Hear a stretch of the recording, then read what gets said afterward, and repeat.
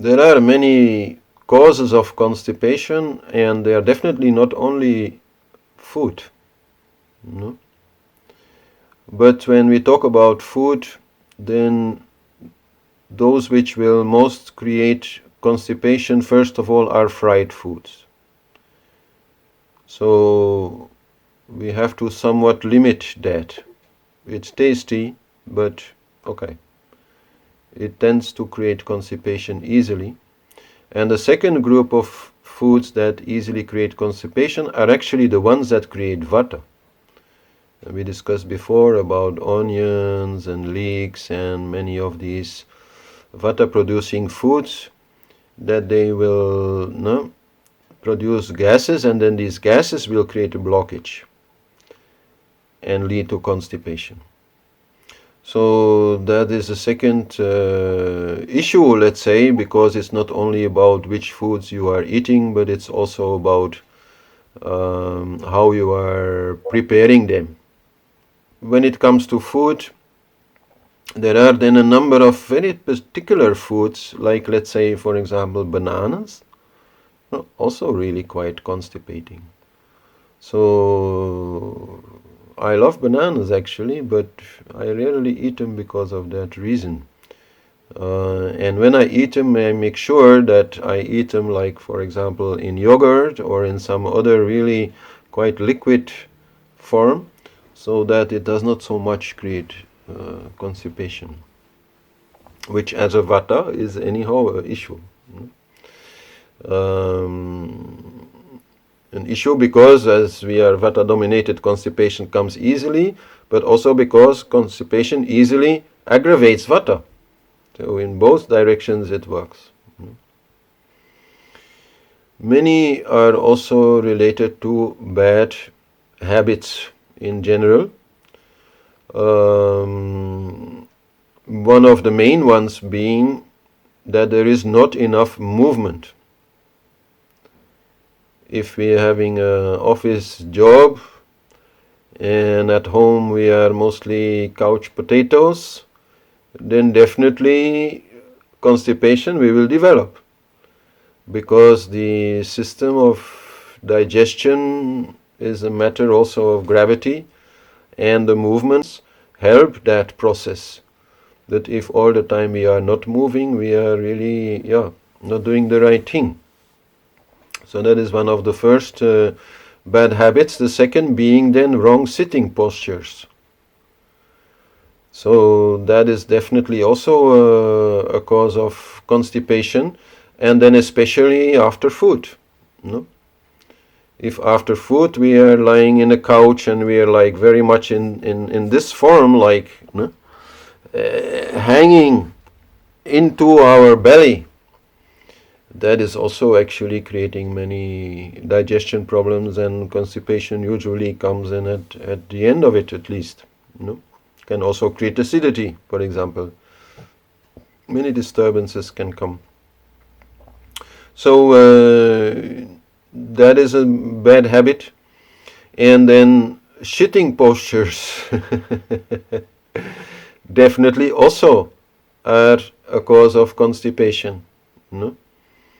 And there also the Western style toilets are really not very good, and if you use them in proper way, you have to make sure that you have the hollow back, which is what most people don't have when they sit on them.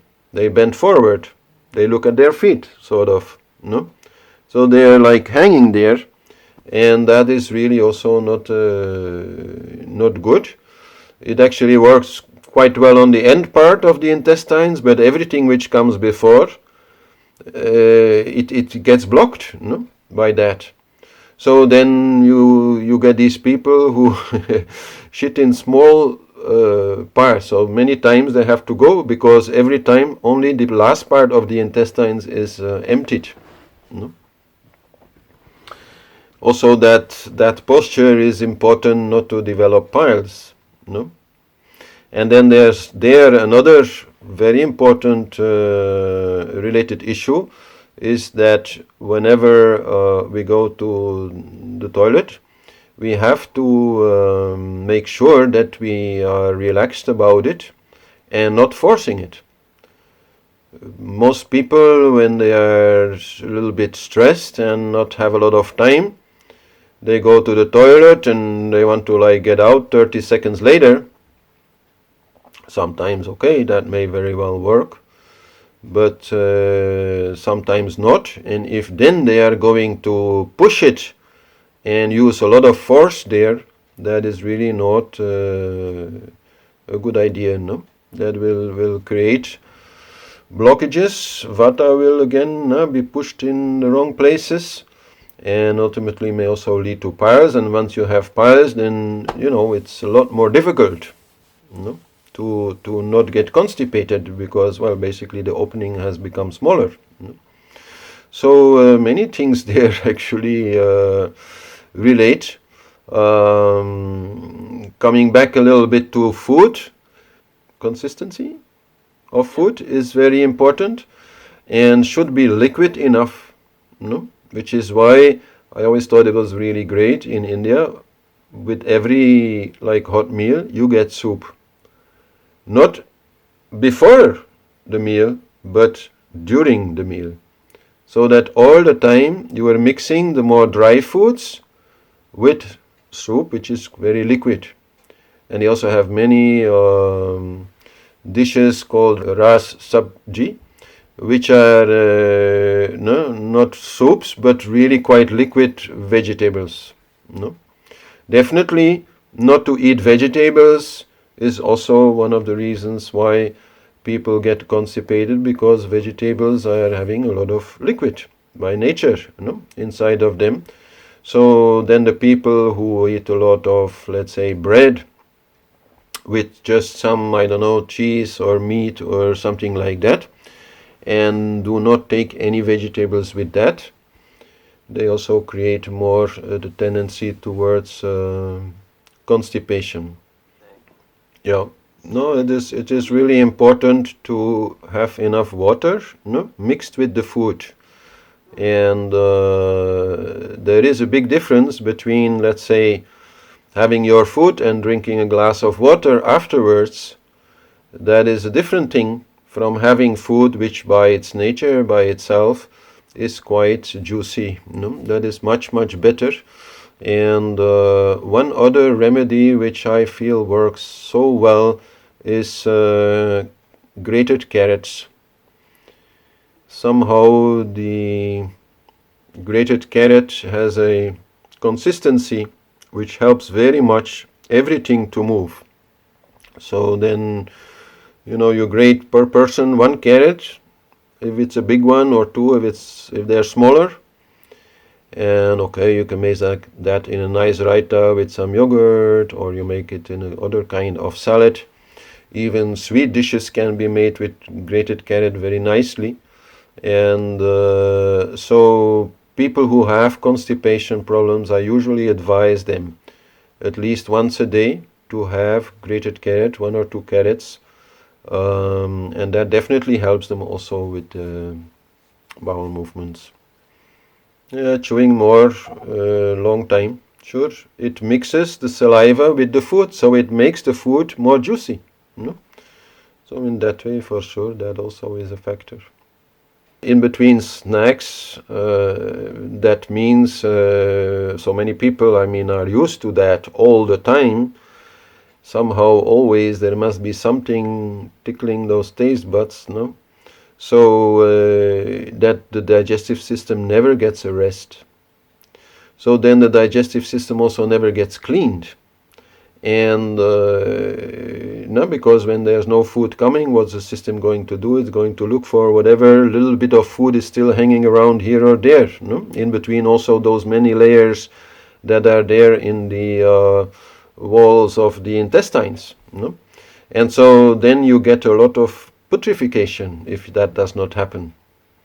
And putrefaction, again, is a different kind of digestion, as opposed to the normal fermentation which should be there.